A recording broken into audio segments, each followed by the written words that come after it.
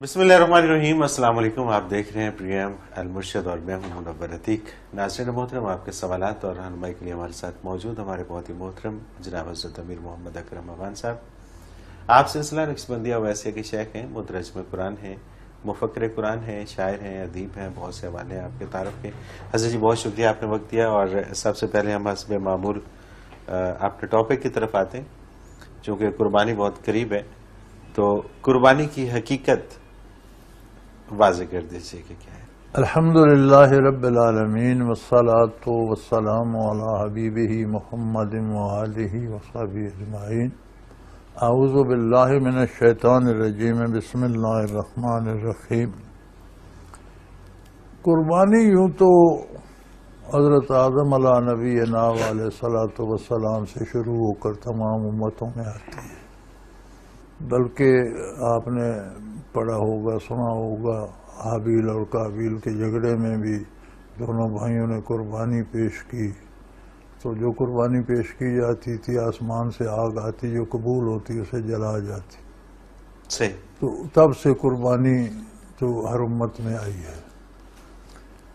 لیکن جو قربانی ہم کرتے ہیں اسے کہتے ہیں سنت ابراہیمی۔ ٹھیک ہے۔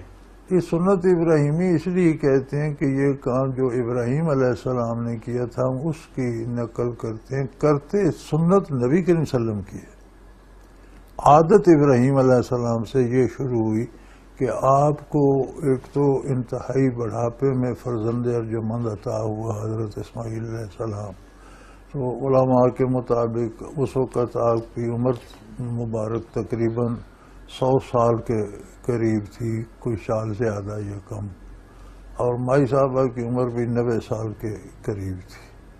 تو فرشتوں نے بشارت دی کہ اللہ کریم آپ کو بیٹا دے گا، تو قرآن کریم میں کہ انہوں نے ماتھے پر ہاتھ رکھ کر کہا، بڑی حیرت سے کہا کہ میں اتنی بوڑھی ہو چکی ہوں اور جوانی میں بھی میں بے اولاد رہی، اور میرے میاں بھی اب حضا بالی شیخا، میرے میاں بھی بہت بوڑھے ہو چکے ہیں، تو ہمارا بیٹا کیسے ہو؟ تو انہوں نے فرمایا اللہ کا حکم ہے، اللہ قادر ہے، آپ کیوں حیران ہو رہی ہیں؟ سبحان اللہ۔ تو حضرت اسماعیل علیہ السلام پیدا ہوئے اور امین تھے نور محمدی کے بھی، خود بھی رسول تھے اور اللہ کے محبوب تھے، تو نور اللہ نور، پھر ایسا فرزند روشن پیشانی، تو حکم ہوا کہ اسے لے جائیں اس کو اور اس کی والدہ کو وہاں چھوڑ آئیں بیت اللہ، جہاں کبھی تھا جو طوفان نوح علیہ السلام میں مٹ گیا تھا۔ تو حضرت لے کر چلے، جبرائیل امین ساتھ تھے، تو جہاں رکتے تو حضرت السلام پوچھتے کہ بھئی یہاں رکنا ہے، اور خواہش ہوتی کہ قریب قریب کہیں، لیکن انہوں نے کہا چلتے رہیے جہاں بیت اللہ ہے وہاں جا کر رکے۔ اب حکم یہ تھا کہ انہیں یہاں چھوڑ دیں، آپ واپس ہو جائیں۔ تو چند کچھ کھجوریں تھیں، ایک چھاگل پانی کی تھی، وہ مائی صاحبہ کو دی، وہ ننھا سا بچہ تھا اور ویرانہ تھا، کوئی آبادی کے آثار نہیں تھے، بیت اللہ شریف بھی نہیں تھا۔ تو واپس جانے لگے تو مائی صاحبہ نے پوچھا کہ یہ کیا، یہ تو ایک چھاگل پانی کی کتنا عرصہ چلے گی اور یہ کھجوریں چند کلو ہیں، تو ہم کہاں جائیں گے، کیا کریں گے؟ تو فرمایا اللہ کا حکم ہے، میں تم لوگوں کو اللہ کے سپرد کر رہا ہوں۔ انہوں نے فرمایا پھر اللہ ہمیں کافی ہے، اب جائیے۔ اب پانی ختم ہو گیا، کھجوریں بھی ختم ہو گئیں، نہ کھانا رہا نہ پینا، جب کوئی غذا نہ رہی تو وہاں کا دودھ بھی خشک ہو گیا ایک آدھ دن میں۔ تو اسماعیل علیہ السلام چیخنے لگے، معصوم بچے تھے چند دن کے، تو مائی صاحبہ پریشان ہو کر دوڑی، 7 چھوٹی پہاڑیاں تھیں صفا اور مروہ، تو پہاڑی پر چڑھ کر، چونکہ عرب میں دیکھا جاتا تھا کہیں کوئی پرندہ نظر آ جائے تو نشان ہوتا تھا کہ یہاں پانی ہوگا، صحیح، یا کوئی قافلہ نظر آ جائے یا کوئی بندے پہ نظر جانور پہ پڑے تو اندازہ ہو کہ کہیں قریب پانی ہے۔ تو آپ نے پہاڑی پر چڑھ کر دیکھا نہیں ہے، اس سے اتری، بچے کو بھی دیکھتی جاتی تھیں، اکیلا پڑا تھا، تو نیچے جب وادی میں اترتی تو بچہ نظروں سے اوجھل ہو جاتا تو آپ دوڑنے لگتی، دوسری پہاڑی کی طرف دوڑ کر گئیں، تو پہاڑی چڑھتے جہاں سے بچہ نظر آنے لگا وہاں سے چلنا شروع کر دیا.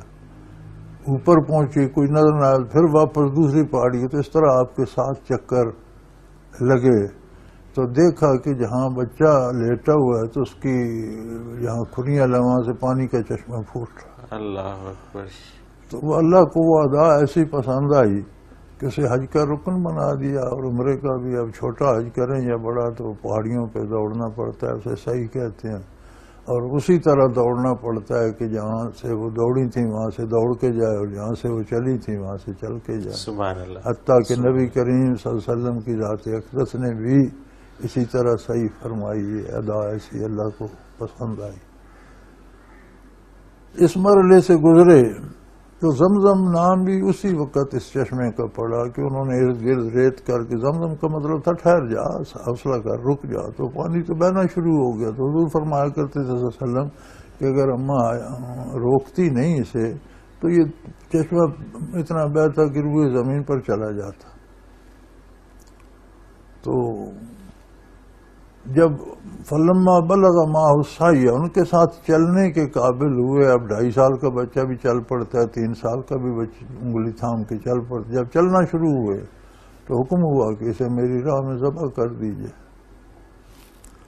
اب ابراہیم علیہ السلام نے اس ماں کو جس نے اتنی امتحان جھیلے تھے, اب ایک نئے امتحان میں نہیں ڈالا. اور پھر آپ نے خواب دیکھا تھا, یہ حکم خواب میں آیا تھا, آپ نے خواب دیکھا تھا. تو انہوں نے کہا بچے کو پھر آ کے لاتے ہیں, ایسے تیار کر دو, اسے نہلا دھلا کر کپڑے پہناؤ, چلو ساتھ لے کر چل دیے کہ ذرا ان کی آنکھوں سے اوجھل ہو جائے. تو یہ ہم جو شیطان کو کنکریاں مارتے ہیں, 3 جگہ شیطان نے روکنے کی کوشش کی اور آپ نے اسے کنکر مار کر بھگا دیا. تو یہ وہ سنت ہے جو آج شیطان کو مارتے ہیں. تو وہاں جب مینا میں پہنچے تو پھر بیٹے سے بات کی, اگرچہ وہ 3.5-4 سال کا ہوگا, 3 سال کا ہوگا. فلما بلغ معه, قرآن نے یہ عمر آئی ہے کہ جب ان کے ساتھ وہ دوڑ سکتا, چل پھر سکتا تھا. صحیح. تو انہوں نے کہا کہ یا ابت انی رأى فی المنام انی اذبحک, بیٹا میں نے خواب دیکھا ہے کہ میں تمہیں ذبح کر. فانظر ماذا تری, اب اس بات پہ غور کر, تو کیا کہتا ہے, تیری مرضی کیا ہے, اس بارے میں تیری رائے کیا. انہوں نے فوراً جواب دیا یا ابت افعل ما تؤمر. انہوں نے کہا میں نے خواب دیکھا ہے. وہ کہہ رہے ہیں آپ کو حکم ہوا ہے, اس پر عمل کیجئے. نبی کا خواب وہی الہی ہوتا ہے, آپ کو حکم ہوا ہے ستجدونی انشاءاللہ من الصابرین, آپ مجھے بھی صابر پائیں گے, میں بھی اللہ کا نبی ہوں. آپ کو ذبح کرنے کا حکم ہے تو اس میں میرے لیے ذبح ہونے کا حکم بھی موجود ہے, اس کی الگ سے کیا ضرورت تھی. تو یہ حکم میرے لیے بھی ہے, آپ ذبح کر دیں.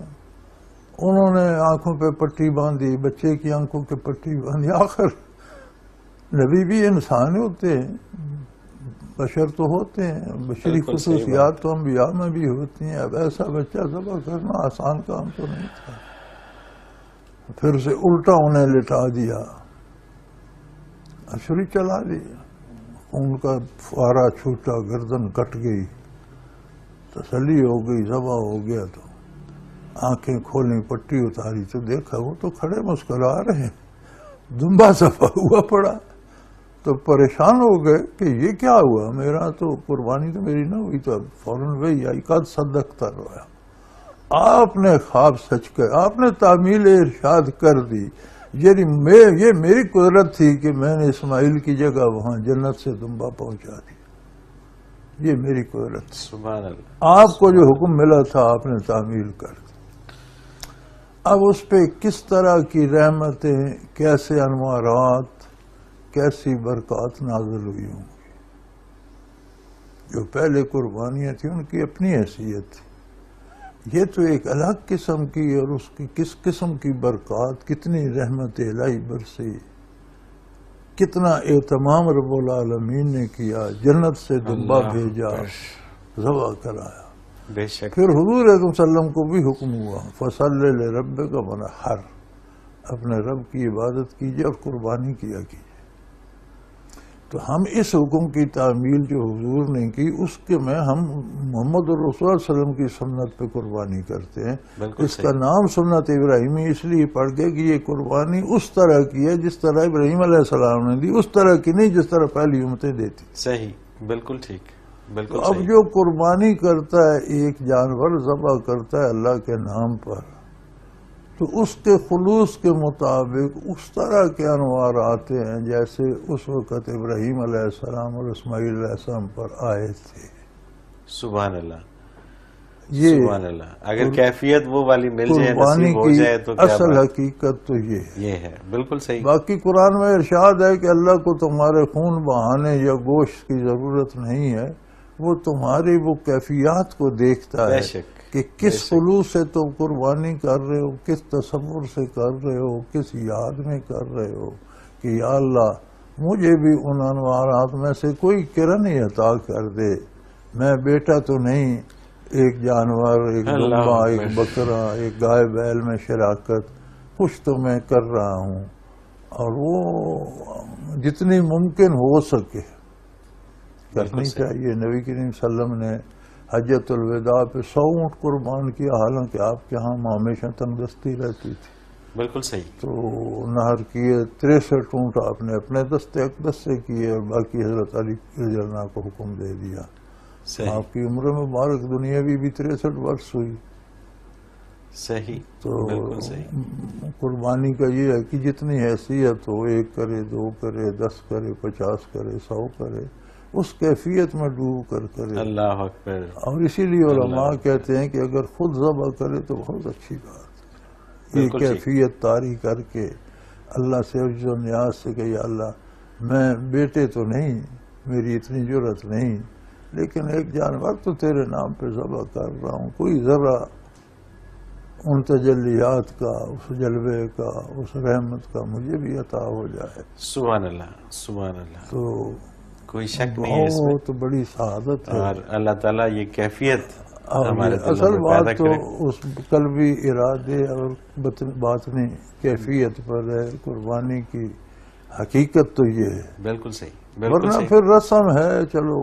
بالکل صحیح. آگے کچھ سوالات بھی ہیں قربانی کے حوالے سے، لیکن ہم ایک بریک پہ جانا ہے، اور بریک سے واپس آئیں گے تو پھر اس میں کافی ساری چیزیں ان سوالات میں واضح ہو جائیں گی. ناظرین محترم، اگر آپ بھی اس پروگرام میں اپنے سوال کے ذریعے شامل ہونا چاہیں تو اسکرین پہ ہمارا نمبر موجود ہے، آپ نوٹ فرما لیجئے 0333455021.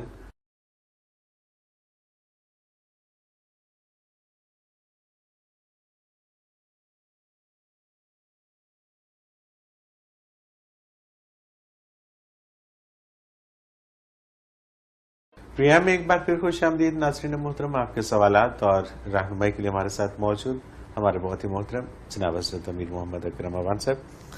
حضرت جی، ویسے تو عید کے حوالے سے، عید قربان کے حوالے سے اور حج کے حوالے سے کافی سارے سوال ہیں جن کو ہم شامل کرتے ہیں، لیکن ایک سوال جو مجھے آج آتے ہوئے ایک دوست نے بتایا سوشل میڈیا کے حوالے سے ہے کہ عمومی طور پہ یہ میسیجز آتے ہیں کہ جی فلاں فرقے کا بندہ یا فلاں شخص جو گستاخ رسول ہے وہ کافر ہے، اور فلاں جگہ پہ قرآن کو شہید کیا گیا، اس کی مذمت کرتے ہیں اور اس کو آپ آگے شیئر کریں، یا اسی طرح سے اور کئی کہ جس میں کچھ نویدیں بھی سنائی جاتی ہیں کہ اس کو شیئر کریں گے اتنی بار تو یہ ملے گا، نہیں کریں گے تو یہ اس میں آپ کو اس کا جو ہے وہ خمیازہ بھگتنا پڑے گا. اسی طرح سے اب یہ جو کسی کو کافر کہتے ہیں، کتا کہتے ہیں، کچھ اور اس طرح کے الفاظ استعمال کرتے ہیں اور آگے شیئر کرنے کو کہتے ہیں، کیا ان کو شیئر کرنا چاہیے یا نہیں کرنا چاہیے؟ ہرگز اس کی کوئی حیثیت نہیں. کسی مسلمان کو کافر کہنے کے لیے دلائل چاہیے. ٹھیک ہے. اور یہ ان لوگوں کا حق ہے جو فتویٰ دے سکتے ہیں.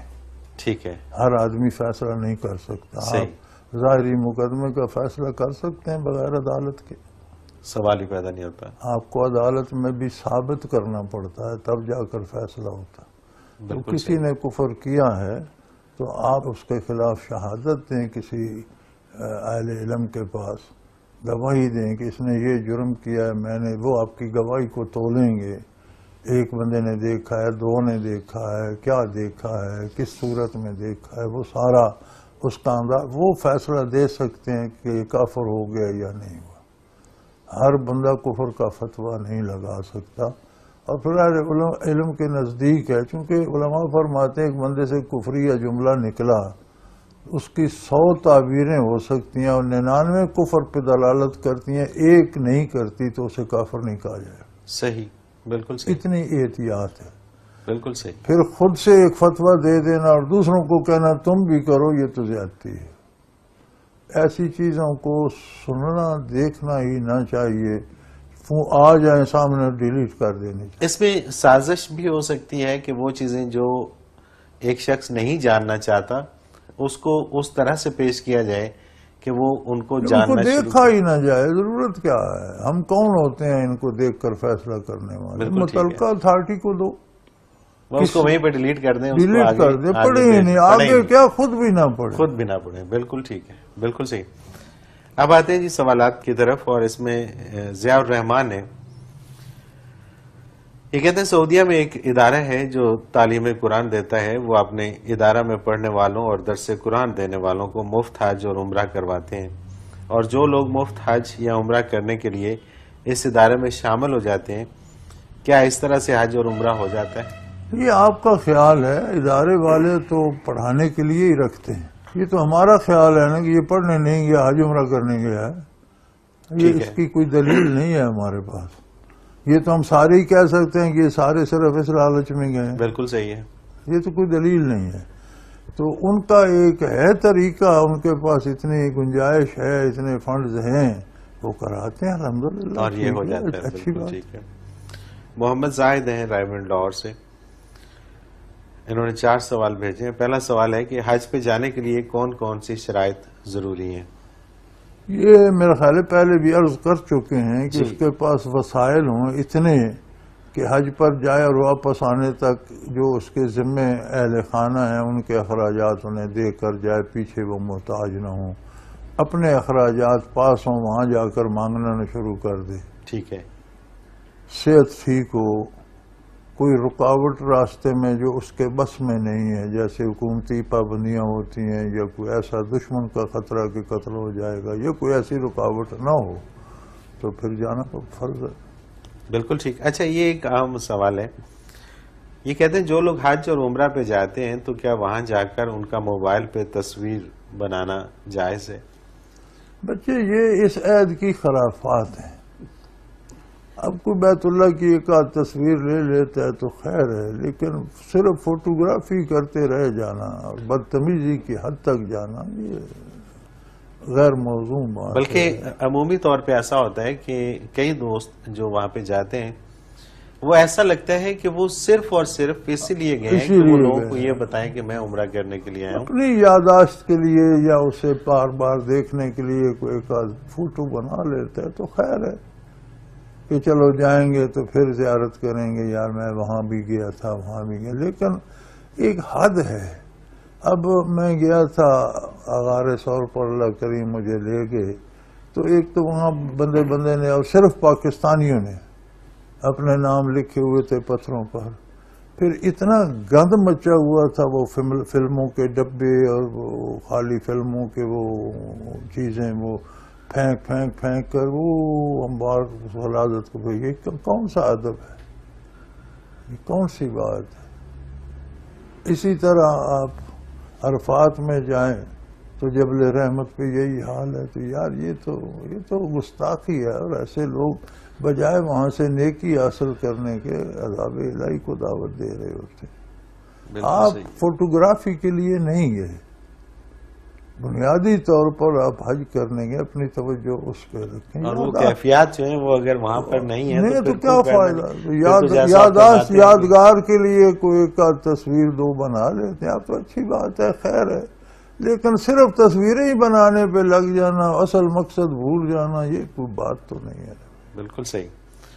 اچھا، انہی کا اگلا سوال ہے کہ قربانی کن لوگوں پہ فرض کی گئی اور اس کے گوشت کی تقسیم کرنے کا طریقہ کیا ہے؟ قربانی بچے فرض نہیں ہے، سنت ہے نبی کریم صلی اللہ علیہ وسلم کی، اور قربانی کا کوئی بھی معیار نہیں ہے، کوئی یہ نہیں ہے کہ اس پہ ہے اور اس پہ نہیں ہے.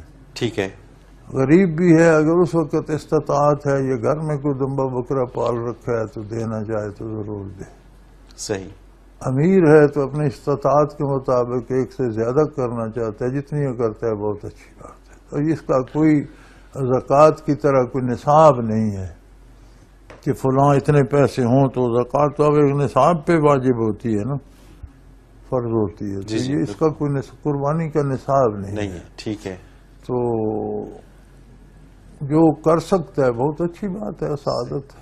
اور قربانی کے جانور میں 7 یہ جو بڑا جانور کرتے ہیں اس میں 7 حصے ہوتے ہیں، کیا حصے دار کم بھی ہو سکتے ہیں؟ اگر ہاں کم ہو کوئی حل نہیں، زیادہ نہیں ہو سکتے. زیادہ نہیں ہو سکتے. زیادہ یہ گوشت کی تقسیم کا بھی انہوں نے پوچھا تو نبی صلی اللہ علیہ وسلم کا حکم ہے کہ صرف گوشت ہی نہیں، جانور کے گلے میں کوئی رسی ہو تو وہ بھی صدقہ ہے، اس کی کھال بھی صدقہ ہے. اور اگر گوشت آپ اس میں سے اپنے لیے اچھا لے لیتے ہیں، گردے لے لیتے ہیں، کلیجی لے کوئی حرج نہیں، آپ کھانے کے لیے لے لیتے ہیں، لے سکتے ہیں. تو خود بھی کھائیں، رشتہ داروں کو بھی دیں، اور سارا خود ہی نہ کھا جائیں، غرباء کو بھی دیں. صحیح. یہ طریقے تقسیم نبی کریم صلی اللہ علیہ وسلم کی. بالکل صحیح. اس میں مساوی حصے کرنا ضروری نہیں ہے کہ یہ بالکل ایکول ہو جائے. یہ نہیں ہے. تین طرح کے لوگوں کو دینا چاہیے. بالکل ٹھیک ہے. نعیم اختر ہے رائے لاہور سے، کیا یہ ضروری ہے کہ جس نے قربانی کی ہو وہ تکبیر بھی اپنے ہاتھ سے کرے؟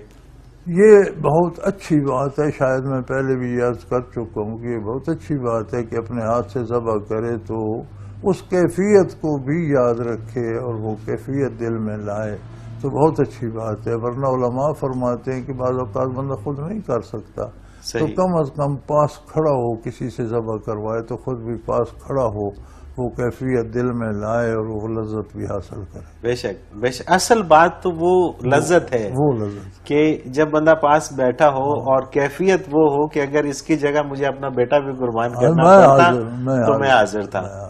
اور وہ کیفیت جب اترے تو تیرا احسان ہے کہ تو نے جانور کی قربانی قبول کر. سبحان اللہ. تو پھر مزہ ہے.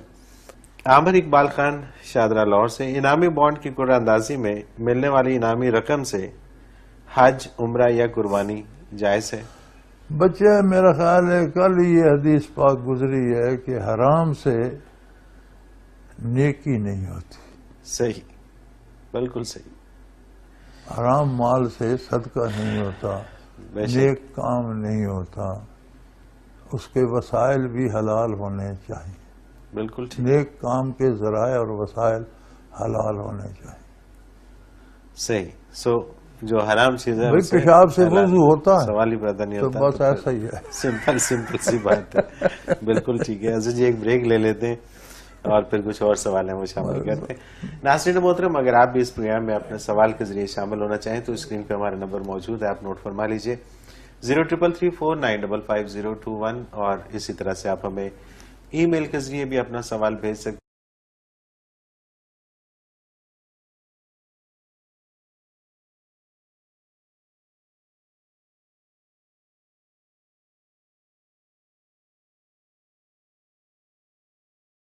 پروگرام میں ایک بار پھر خوش آمدید ناظرین محترم. آپ کے سوالات اور رہنمائی کے لیے ہمارے ساتھ موجود ہمارے بہت ہی محترم جناب حضرت امیر محمد اکرم اوان صاحب.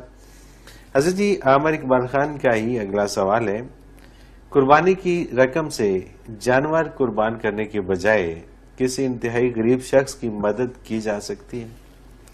آپ جو میک اپ پہ خرچ کرتے ہیں وہ غریب کو کیوں نہیں دیتے؟ بالکل ٹھیک ہے.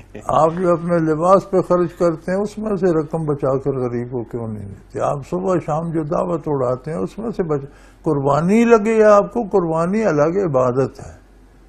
آپ کہیں جی میں نماز نہیں پڑھتا، غریب کی دیوار گری ہے اس کی بناتا ہوں، دیوار بنانا ثواب ہے لیکن اس پر نماز قربان نہیں کی جا سکتی. نماز الگ عمل ہے، وہ ادا کریں گے، اسے دیوار بھی بنا دیں. یہ کون سی نیکی؟ بالکل صحیح. آپ کو قربانی نظر آئی ہے غریب کو دینے کے لیے تو آپ اپنے جو باقی ضروریات سے پیسے کیوں نہیں بچا کر دیتے؟ وہ جی حج نہ کریں غریبوں کو دے دیں، عمرہ نہ کریں غریبوں. یار آپ کو عبادات ہی نظر آئی ہیں کہ یہ چھوڑ دی جائیں اور ان کا مصرف دوسری جگہ کر دیا جائے. تو یہ سوچنا اور یہ کہنا اتنی سخت سزا ہے اس کی کہ اس پر رسول صلی اللہ علیہ وسلم نے دوزخ کی وعید فرمائی ہے. صحیح.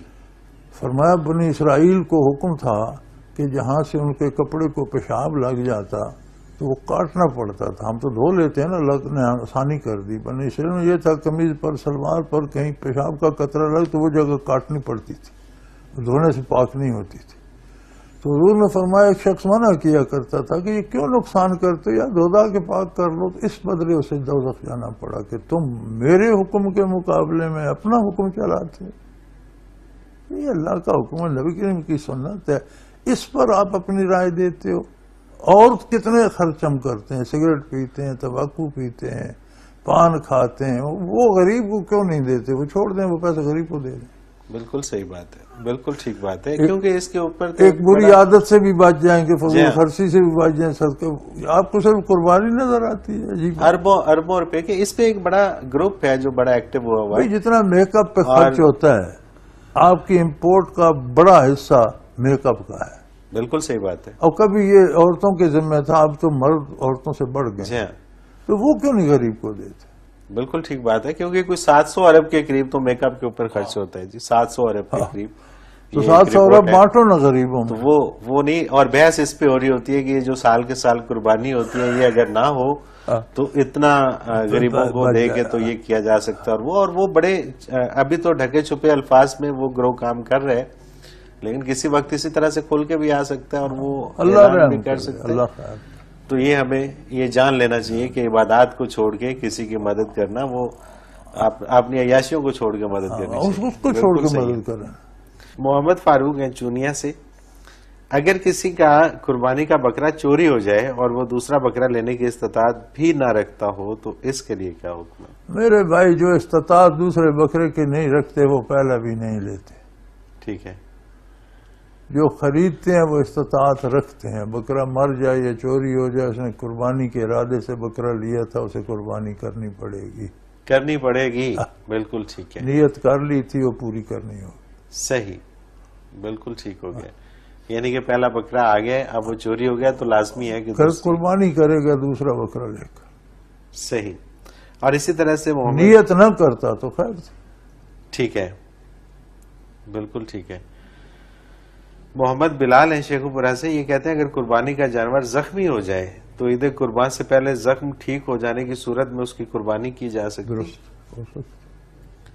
اچھا، ہو سکتی. جب ٹھیک ہو گیا تو ٹھیک ہے، پھر ٹھیک ہے. کیونکہ عمومی طور پہ جو جانور ہم خریدتے ہیں اس کا یہ تھوڑا ہی پتا ہوتا ہے کہ یہ پہلے زخم تھا اور ٹھیک ہو گیا یا نہیں ہو گیا، تو وہ ٹھیک ہے، کوئی حرج نہیں ہے. دوران حج طواف کرتے ہوئے اگر وضو ٹوٹ جائے تو وضو کرنے کے بعد نئے سرے سے طواف کرنا چاہیے یا وہیں سے شروع کریں جہاں وضو ٹوٹا تھا؟ میرے بھائی کل 7 چکر ہوتے ہیں، آپ کو کیا تکلیف ہے نیا وضو کر کے کیوں پورے نہیں کر سکتے؟ ٹھیک ہے. 1 چکر یا 2 چکر سے کیا بچت ہو جائے گی؟ وہ پھر وہ ٹوٹ گئے، وہ ختم ہو گئے. آپ وضو چیک کرنے چلے گئے، آپ کا طواف ختم ہو گیا، نامکمل رہ گیا، ختم ہو گیا. پھر آپ نئے سرے سے طواف کریں. جہاں سے وضو ٹوٹا تھا وہیں سے شروع نہیں کرنا. ختم ہو گیا نا. 1 چکر لگایا تھا، 2 لگائے تھے، 5 لگائے تھے، وہ ختم ہو گئے. آپ مسجد بھی چھوڑ کر باہر چلے گئے، غسل خانے تو مسجد سے باہر ہیں. بالکل صحیح. وہاں جا کر وضو کیا، پھر آئے تو پھر آپ وہاں سے ٹانکا کہاں لگاتے ہیں؟ اپنے ساتھ پھر پورے کرنا. صحیح. محمد نعیم ہے خوشاب سے. یہ کہتے ہیں دوران حج کس مقام پہ ذکر خفی کرنے کی زیادہ اہمیت ہے؟ ہر گھڑی، ہر لمحہ، ہر آن، حج ہو یا نہ ہو، ذکر خفی کا کمال یہی ہے کہ ہر گھڑی، ہر لحظہ، ہر آن، ہر جگہ ہوتا رہتا ہے. اچھا محمد نعیم یہ خوشاب سے نہیں کا دوسرا سوال ہے کہ معذور بندے سے اگر حج کا کوئی رکن رہ جائے تو کیا حج ہو جائے گا؟ رکن فوت ہو جائے حج نہیں ہو. معذور بھی وہاں ویل چیئر پہ بیٹھ کے سارے کر لیتے ہیں. ٹھیک ہے. معذور ہو یا نہ ہو، کوئی بھی رکن رہ گیا تو حج نہیں ہو. کوئی سنت رہ جائے یا واجب رہ جائے تو خیر ہے، اس کا وہ کمی ہو جائے گی، حج ادا ہو جائے گا. لیکن جو ارکان، جو فرض ہیں، ان میں سے کوئی رہ گیا تو حج نہیں ہو. ٹھیک ہے. اور معذور جو ہے جو وہ پورا نہیں کر سکتا، اس پہ فرض ہی نہیں. وہ کر سکتا ہے جی، کیوں نہیں کر سکتا؟ سارے ارکان ایسے ہیں جو کر سکتا ہے. ٹھیک ہے. اب چل کر صحیح نہیں کر سکتا تو ویل چیئر پہ کر لیتے ہیں، طواف نہیں کر سکتا تو ویل چیئر پہ کر لیتے، ساری آسانیاں موجود ہیں. ٹھیک ہے، لیکن کرنا ضروری ہوتا ہے. اگر رہ جائے گا تو پھر حج رہ جائے گا تو اس پہ حج فرض. اگر وہ بالکل کر ہی نہیں سکتا تو اس پہ حج فرض ہی نہیں. جو بالکل ایسا معذور ہے کہ وہ کوئی رکن ادا کر نہیں سکتا تو اس پہ تو حج فرض ہی نہیں ہے، وہ نہ جائے. صحیح، بالکل ٹھیک ہے. شاکر علی ہیں پتوں کی قصور سے، یہ کہتے ہیں قربانی کی کھال کا اصل حقدار کون ہے؟ گوشت، کھال، رسی سب کے حقدار قریب ہے. ٹھیک ہے. ہیو ناٹ جنہیں آپ انگریزی میں کہتے ہیں، جن کے پاس کھانے کو کوئی سرمایہ نہیں ہوتا، صبح و شام تازی روزی اللہ دیتا ہے. غریب لوگ ہیں، وسائل کم ہیں، محتاج ہیں، بیمار ہیں، مسافر ہیں، قیدی ہیں، جو قرآن نے بتائے ہیں تو وہ اس کے مستحق ہیں، وہ ان کا امانت ہے. اچھا، اس میں یہ جو عمومی طور پہ بہت سارے مدرسے اس دوڑ میں ہوتے ہیں کہ کھال ہم اٹھا کے لے جائیں، ہم اٹھا کے، پھر کچھ تنظیمیں اس میں بہت ایکٹیو ہوتی ہیں. مدرسوں کا تو ایک حد تک جواز بنتا ہے کہ وہ دینی کام پہ صرف کرتے ہیں، بے آسرا بچوں کو لے آتے ہیں، ان کی غذا کا، لباس کا، رہائش کا، کتابوں کا، اساتذہ کی فیس کا سارا اہتمام کرتے ہیں. وہ تو درست. سیاست کے لیے کوئی جواز نہیں ہوتا. ٹھیک ہے. حالانکہ نعرہ تو ان کا بھی یہی ہوتا ہے کہ ہم خدمت کرتے ہیں، ہاسپٹل بناتے ہیں. خدمت کام کرتے ہیں. اگر 10 لاکھ روپے ہو تو 8 لاکھ تو اپنے ملازموں کی تنخواہیں اور جیپیں خرید لیتے ہیں، اور باقی جو 2 لاکھ بچتا ہے اس میں سے کھاتے پیتے بھی ہیں. کوئی 25-30 ہزار غریبوں تک جا کر پہنچتا ہے. صحیح ہے. آپ بھی جانتے ہیں، میں بھی جانتا ہوں. بالکل صحیح بات ہے. یہ تو حقائق ہیں اور سب پہ یہاں ہیں. ان کو نہیں دینی چاہیے. میں نہیں اس کے حق میں. بالکل صحیح. کہ مدارس کا تو ایک حد تک جواز بنتا ہے کہ وہ جو کچھ کرتے ہیں وہ غریبوں ہی کے لیے ہوتا ہے. وہاں کوئی ہمارا تو وہاں عیش کرنے جاتا کوئی نہیں، بلکہ امیر تو بچے پڑھاتے بھی نہیں. صحیح. عموماً مدارس میں بچے وہی جاتے ہیں جن کے پاس دوسرے سرکاری مدرسوں میں جانے کے لیے پرائیویٹ میں وسائل نہیں ہوتے. تو سیاست کے لیے تو یہ اس کا کوئی جواب. لوگوں سے ڈونیشن لو بھائی، یہ تو غریبوں کا حق ہے، یہ نہ لو. زکوٰۃ صدقات غریبوں کا حق ہے. بالکل ٹھیک ہے. محمد فرید عارف والا پاک پتن سے، یہ کہتے ہیں ایک شخص 12 ذی الحج کو ڈیوٹی سے روانہ ہوتا ہے اور کہتا ہے کہ گھر جا کر قربانی کروں گا، لیکن جاتے جاتے شام ہو جاتی ہے، تو پھر وہ کیسے قربانی کرے؟ میرے بھائی یہ بہانے ہیں. قربانی کرنی ہے تو گھر والے کر سکتے ہیں. صحیح بات ہے. آپ کا ہونا کوئی ضروری تو نہیں. ضروری تو نہیں. نہ کرنی ہو تو یہ ایسے سوال نہیں کرنے چاہیے جو محض آپ امکانات سوچتے رہے. بالکل ٹھیک ہے. حقائق پہ بات ہونی چاہیے. سوال جواب ہوتے ہیں حقائق. بالکل صحیح ہے. واقعی جو کچھ ہوتا ہے امکانی طور پر اس پہ سوال بنتا ہے. یہ تو غیر موضوع باتیں ہیں جی. وہ 12 کو جانے تو گھر والوں کو بتا دے کہ شاید مجھے آتے میں دیر ہو جائے گی، آپ دن کو ذبح کرا دینا. بالکل. اور کوئی اس میں اس نے جا کر بھی قصاب سے کروانی ہے، گھر والے ہی کرا دیں. صحیح بات ہے. صحیح بات. یہ تو ویسے ہی سوال برائے سوال ہی ہوتے ہیں. حضرت جی، اس کے ساتھ ہی ہمارے پروگرام کا وقت اپنے اختتام کو پہنچ رہے. آپ کا بہت شکریہ کہ آپ نے ہمیں وقت دیا. ناظرین محترم، اگر آپ بھی اپنے سوال کے ذریعے اس پروگرام میں شامل ہونا چاہیں تو اسکرین پہ ہمارا نمبر موجود ہے، آپ نوٹ فرما لیجیے 033349555021، اور اسی طرح سے آپ ہمیں